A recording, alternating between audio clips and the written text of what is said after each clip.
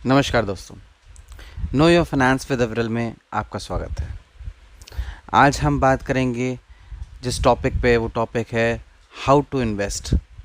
Invest कैसे करें। इस मेन टॉपिक के दो सब टॉपिक्स हैं।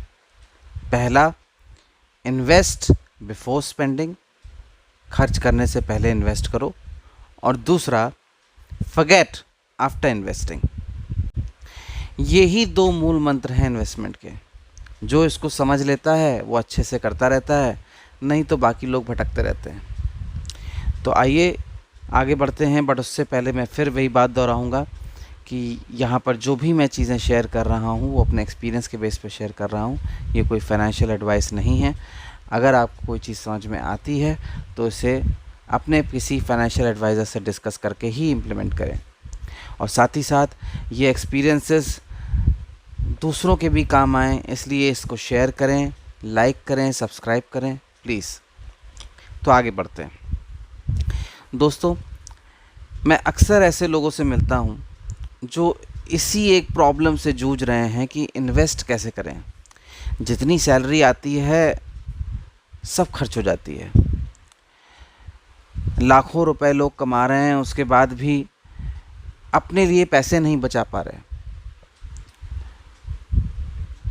मैं भी इसी चीज़ से गुज़रा हूँ। कई बार तरह तरह के एफडीज़ आरडीज़ कराता था।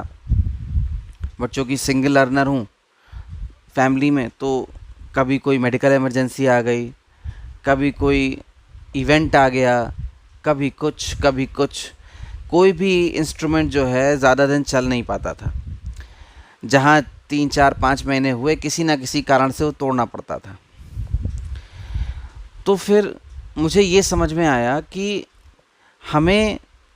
ये जो पहला नियम है कि इन्वेस्ट बिफोर स्पेंडिंग, ये फॉलो कर तो रहा हूँ, बट कोई ना कोई ऐसा ओकेज़न पड़ रहा है, चाहे वो बच्चों की बीमारी पड़े, चाहे वो कोई फैमिली में फंक्शन पड़ जाए, या कोई और ज़रूरत आन खड़ी हो सामने, किसी ना किसी रूप में मुझे वो आरडी एफडी तोड़वाना ही पड़ता है।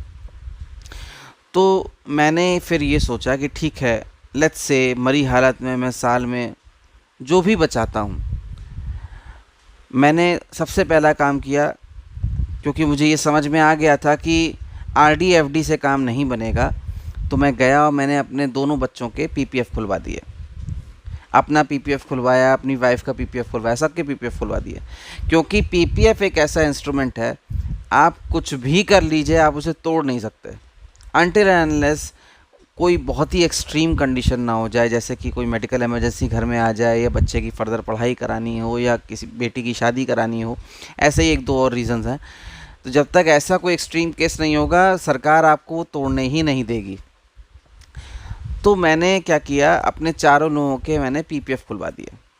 और मुझे साल में जो भी इन्वेस्टमेंट करना होता है अपने भविष्य के लिए, अपने फ्यूचर के लिए, जिसको मैं नहीं चाहता कि वो टच हो, तो मैं जा कर के सीधे सबसे पहले अपने बच्चों के अकाउंट में डाल देता हूँ।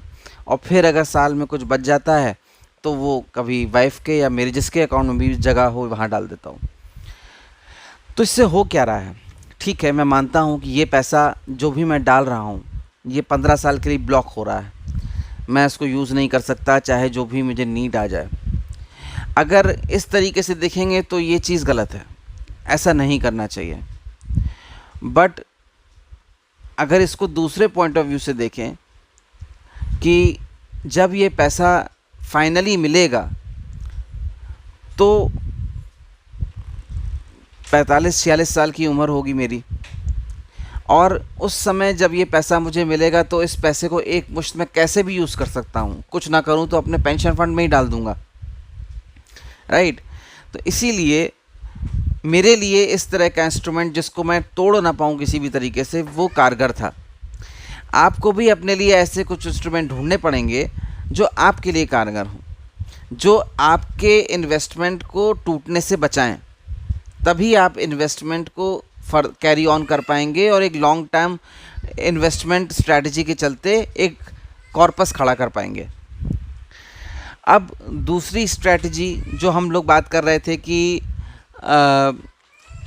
फॉरगेट आफ्टर इन्वेस्टिंग, तो फॉरगेट आफ्टर इन्वेस्टिंग क्या चीज़ है? तो बेसिकली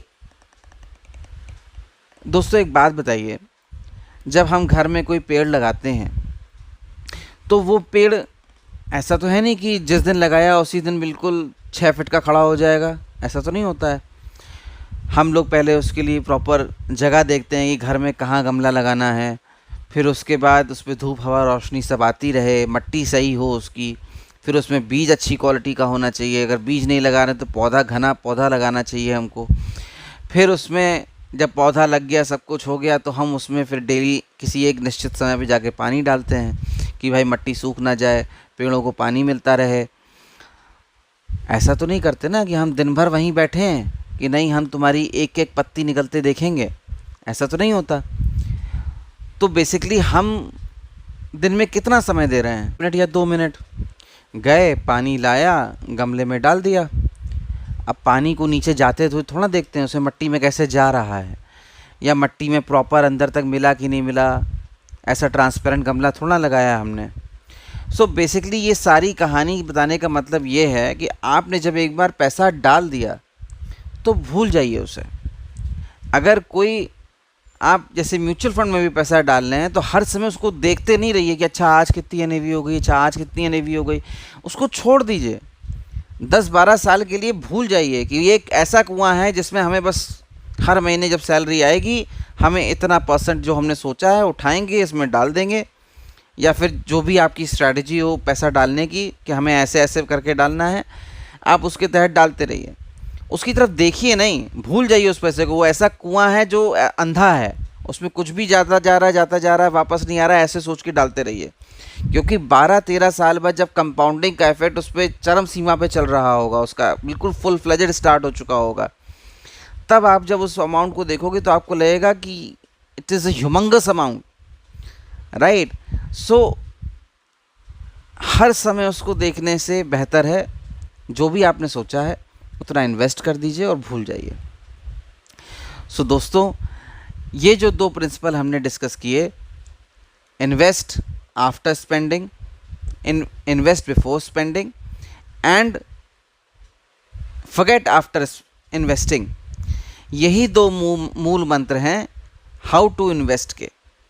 इसलिए आपसे मेरी रिक्वेस्ट है कि आप इन 2 प्रिंसिपल्स को अगर फॉलो करते हुए इन्वेस्टमेंट कर सकते हैं तो मेरी नज़र में तो ये स्ट्रैटेजी ठीक है। बाकी आप डिस्कस कर लें अपने किसी भी सीनियर से या फाइनेंशियल एडवाइज़र से, उसको भी अगर सही लगती है तो आपको इम्प्लीमेंट मुझे नहीं लगता करने में कोई दिक्कत होगी। बट आपसे मेरी रिक्वेस्ट है कि इस वीडियो को ज़्यादा से ज़्यादा शेयर करें, लाइक करें प्लीज़, क्योंकि बहुत लोगों को इस समझ की ज़रूरत है, लोग नहीं समझ रहे हैं इस चीज़ को और वही बेसिक गलतियां कर रहे हैं। आप सबसे प्लीज़ मेरी बहुत हम्बल रिक्वेस्ट है कि इस सीरीज़ इन वीडियोस को प्लीज़ ज़्यादा से ज़्यादा शेयर करें, लाइक करें, सब्सक्राइब करें। मुझे इन वीडियोस को मैं जो बना रहा हूँ किसी कोई फाइनेंशियल अर्निंग करने के लिए नहीं बना रहा हूँ, मेरा ऐसा कोई गोल नहीं है।